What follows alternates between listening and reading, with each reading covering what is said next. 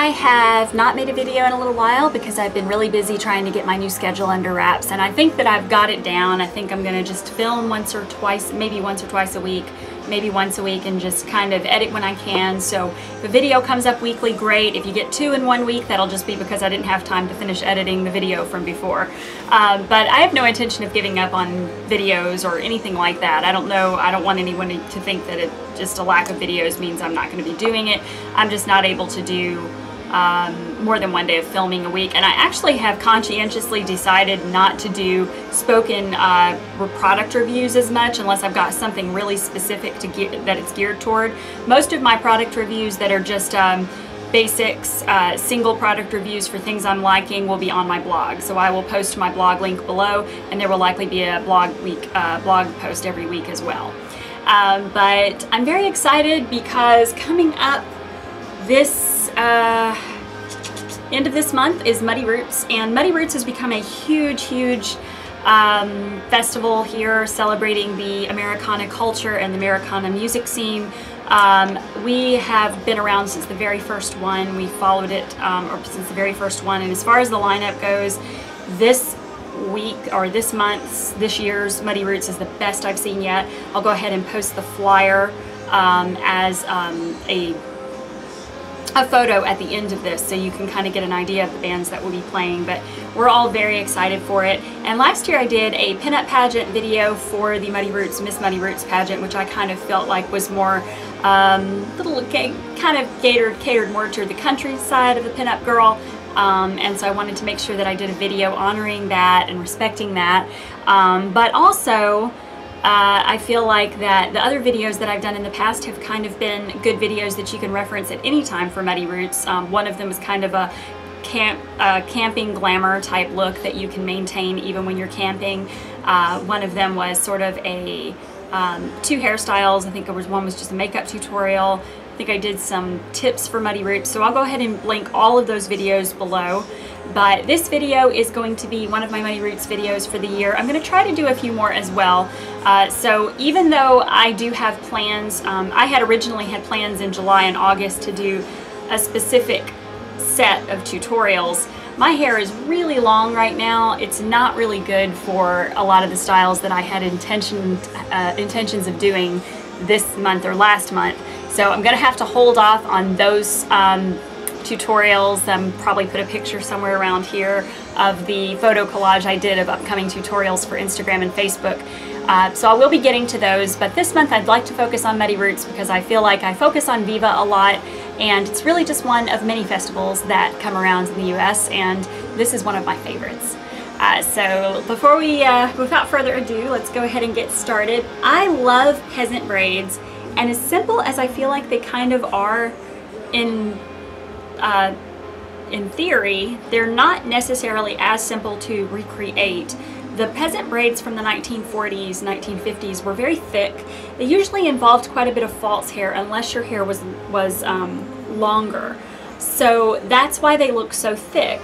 If you just braid your hair in 2 and then stick them to the top of your head, it will end up being a little flat.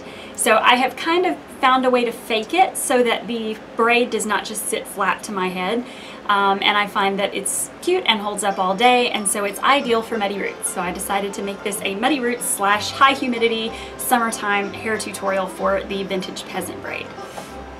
Alright, so let's go ahead and get started. This will be a spoken tutorial. I don't do that many of these, so bear with me. I'm going to go ahead and spray my bangs in place because I'm okay with how they look right now. And I've got my hair, I need, let me go ahead and give you a couple of disclaimers. My nails are in horrible shape. I am aware. These are shorter than these, and these are half gone, and the reason is because I'm taking the gel off. This one's gone completely. I'm taking the gel off of them, and as you know, this is a process. So I didn't have time to soak them long enough the last time I did it, so they're half done. I'm going to take the gel off, and that's where and I'll be cutting them all the way down. So anyway, they look terrible right now.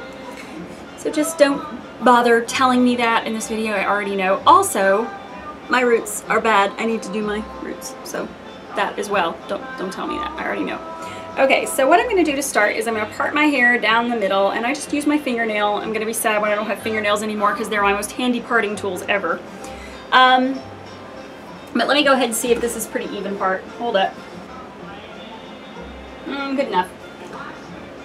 I'm not a stickler for a super straight part. Ideally, you want it to be a super straight part, but I'm also trying to be realistic here because if I am camping, it's more than likely not going to be perfect anyway because I'm not going to have very much or mirror situation, so I'm not even worried about it right now.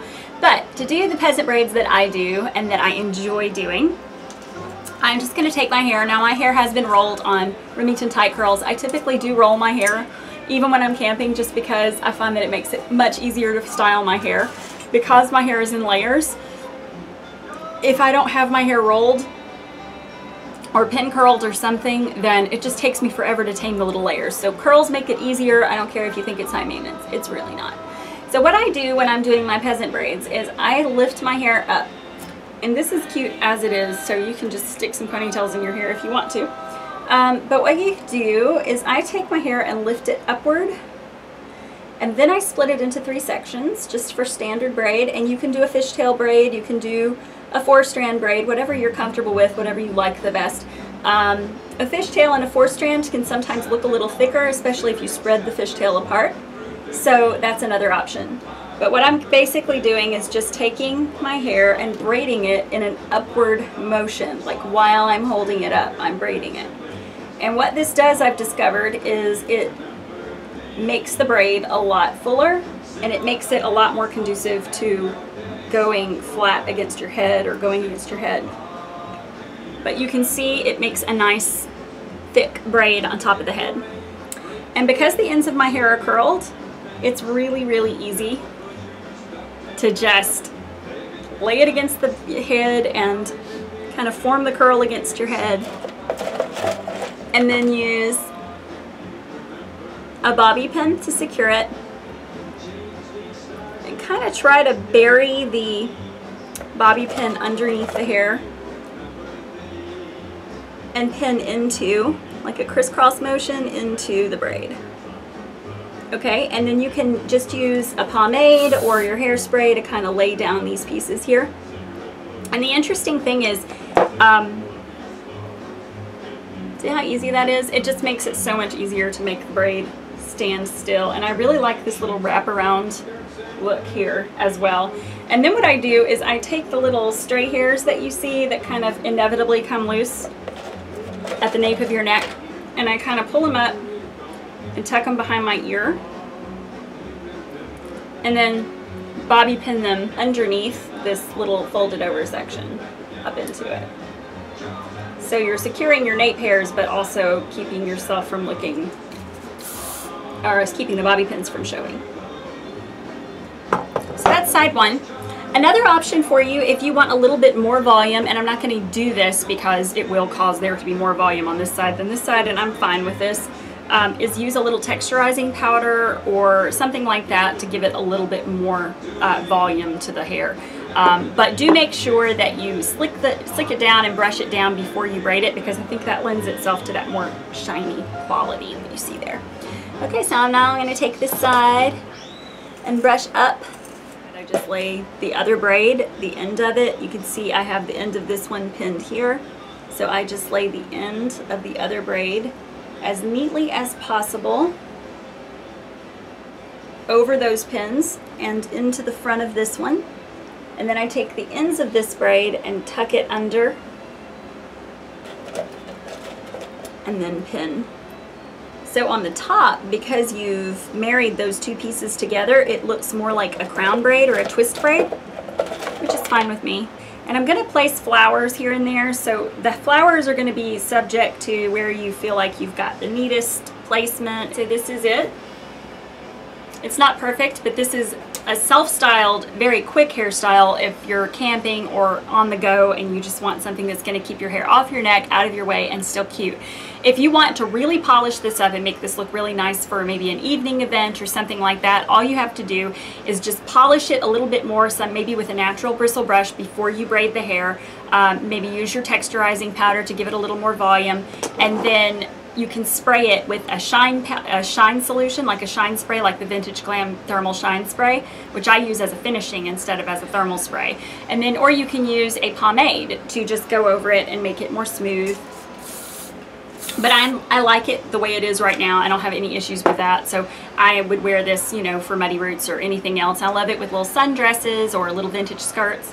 And if you want to add an accessory, which I always do, you could do the traditional route of adding 2 kind of fluffy flower clips on the top, which is what was very common in the 1940s.